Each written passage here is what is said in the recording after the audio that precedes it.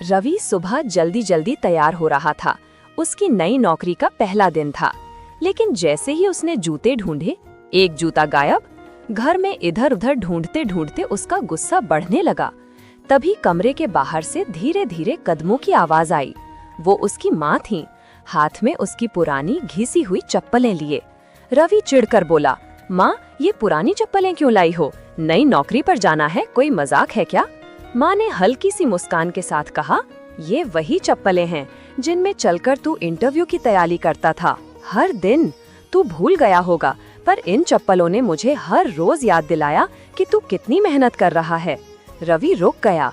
माँ ने आगे कहा, जूतों में तेरी शक्ल अच्छी लगेगी, लेकिन इस चप्पल में तेरी कहानी छुपी है बेटा। पहले अपनी कहानी को सलाम कर, फिर दुनिया को सलाम करना। रवि की आंखें भर आईं। उसने माँ के पैरों को छुआ, पुरानी चप्पल हाथ में उठाई और बोला, पहला दिन है माँ, आपकी दुआ और मेरी कहानी साथ चलेगी। और ऑफिस की तरफ निकल गया। सड़क पर चल रहा था। हवा ठंडी थी, लेकिन उसके दिल में एक अजीब सी गर्मी। माँ के शब्द जैसे हर कदम पर उसके साथ चल रहे हों।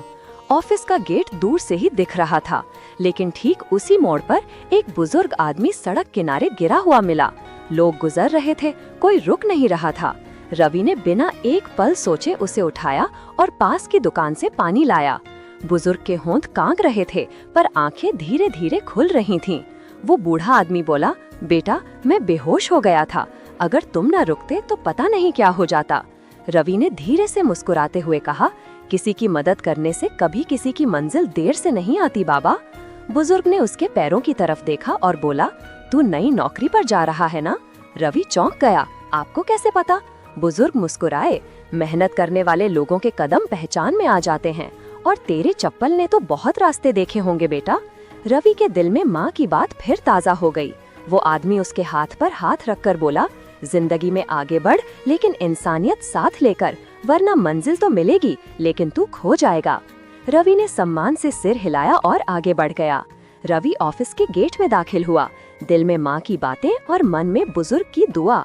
आज सब कुछ अलग लग रहा था। जैसे ही वो रिसेप्शन की ओर बढ़ा, अचानक सामने एक लड़की से हल्की सी टक्कर हो गई।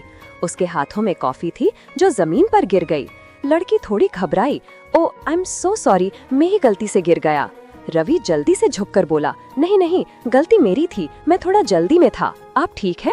लड़की मुस्कुराई, हाँ, बस कॉफी शहीद हो गई। दोनों हल्का सा हंस पड़े। उसी पल रवि ने पहली बार उसे ठीक से देखा। सादा सी लड़की, आंखों में सादगी और मुस्कान में ईमानदारी। लड़की ने हाथ बढ़ाते हुए कहा, हाय, मैं रिया हूँ, HR डिपार्टमेंट से। रवि ने भी हाथ मिलाया, मैं रवि, आज ही ज्वाइन कर रहा हूँ। रिया हंसकर बोली, अच्छा, तो पहले दिन ही कॉफी फेंककर वेलकम हो गया आपका। रवि ने भी मुस्कुराकर कहा, अगर वेलकम ऐसे होते हैं तो ये ऑफिस अच्छा ही रहेगा।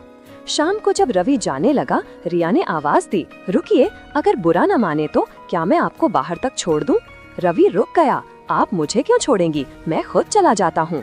रिया मुस्कुराई, अरे आज ऑफिस का पहला दिन था आपका, और कॉफी का नुकसान भी आपने ही उठाया था, मतलब थोड़ा सा केयर बनता है मेरा। रवि कुछ कह नहीं पाया। वो दोनों साथ साथ बाहर की ओर चले। बाहर हवा हल्की हल्की चल रही थी।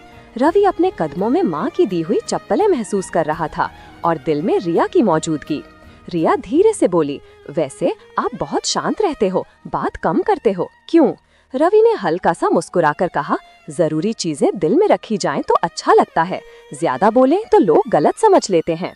रिया ने उसे एक पल के लिए गौर से देखा, एक ऐसी नजर जिसमें पहली बार रुचि, जिज्ञासा और शायद थोड़ा सा रिश्ता था। और मेरे बारे में क्या सोचा आपने? रिया ने अचानक पूछा। रवि घबरा गया, इतने सीधे सवाल की उम्मीद नहीं थी। वो बोल पड़ा, आप अच्छी हैं। रिया हंस दी, इतना तो कोई भी कह देता है, सच सच बताइए, क्या मैं आपको थोड़ी अलग लगी? रवि रुक गया, पता नहीं उसे क्या हुआ, पर उसने हिम्मत करके कहा, हाँ, आप थोड़ी नहीं, बहुत अलग लगी। रिया कुछ बोलती उससे पहले उसकी एक दोस्त आवाज देते हुए दौड़ती आई, रिया चल ना, देर हो रही है।